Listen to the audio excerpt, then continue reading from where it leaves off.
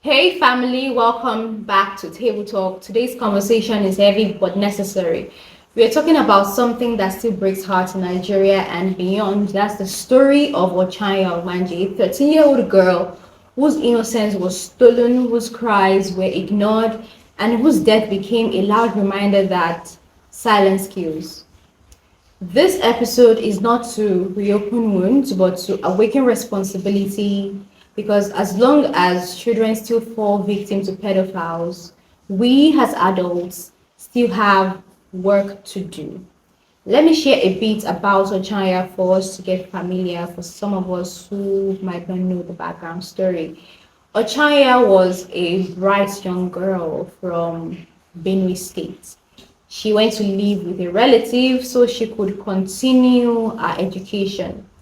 Instead, that home became her nightmare. For years, she was sexually abused by both the man, that's her auntie's husband, both the man she lived with and his son.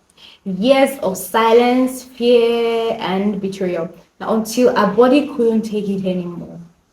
Ochaya died, and with her death came national outrage, pain, and questions because these perpetrators are still walking free.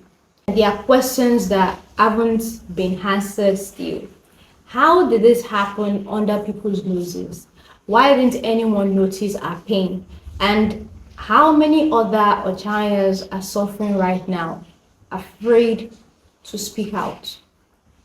Which brings us to understanding the enemy.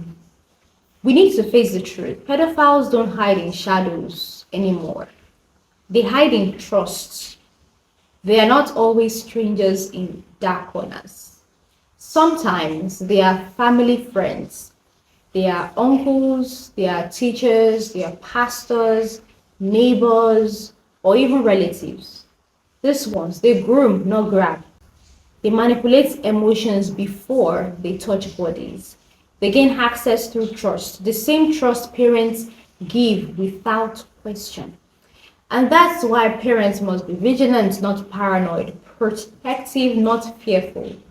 So let's talk about practical ways parents can protect their children. I'm going to be given like 6 to 7, practical ways how, parents can actually shield their children from pedophiles. Number one, start talking early. Don't wait until your child is 15 years old to talk about their body. Start as early as age 3 or 4. Teach them the correct names for private parts. No nicknames, no secrets. This helps them describe clearly if anything happens. 2, teach about boundaries. Let your child know that no adult has the right to touch or see their private areas, and that includes family members too. 3, no forced affection. Stop insisting, say, quote unquote, go and hug your uncle, or quote unquote, sit on daddy's friend's lap. Hey, if your child doesn't feel comfortable, respect that boundary. You're teaching them that no means no. 4, be their safe space. Many children stay silent because they fear their parents won't believe them. You need to create an atmosphere where your child can talk about anything with you, even the uncomfortable things, without fear of punishment or shame. 5th one, observe changes in the child. If your child suddenly becomes quiet, withdrawn, or fearful of someone they once liked, don't ignore it. Ask questions, watch them, listen, observe. The 6th one, control access. Be careful who you leave your children with. Trusted doesn't always mean safe. Monitor sleepovers, even with the same gender. Monitor visits, monitor church camps, and even domestic staff. Lastly, educate and empower.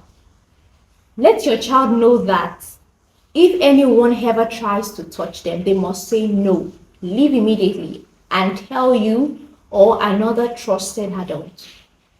Now, how do we break the cultural silence? Part of why abuse continues is because we treat it like a taboo. We hush it, we protect reputations over our children. How many times have we heard, quote unquote, don't say anything to bring shame to the family? Listen, silence doesn't protect your name, it protects the predator. When we cover up evil, we become part of it. We need to raise a generation of parents who believe their children first and deal with the shame later, if there's any shame at all. Even God doesn't take child abuse lightly. In Matthew 18:6, Jesus expressly said, if anyone causes one of these little ones to stumble, it would be better for them to have a millstone hung around their neck and be drowned in the sea. Now, this is New Testament times, so not Old Testament times where we know that, jungle justice. This New Testament times. That's how serious it is to Jesus.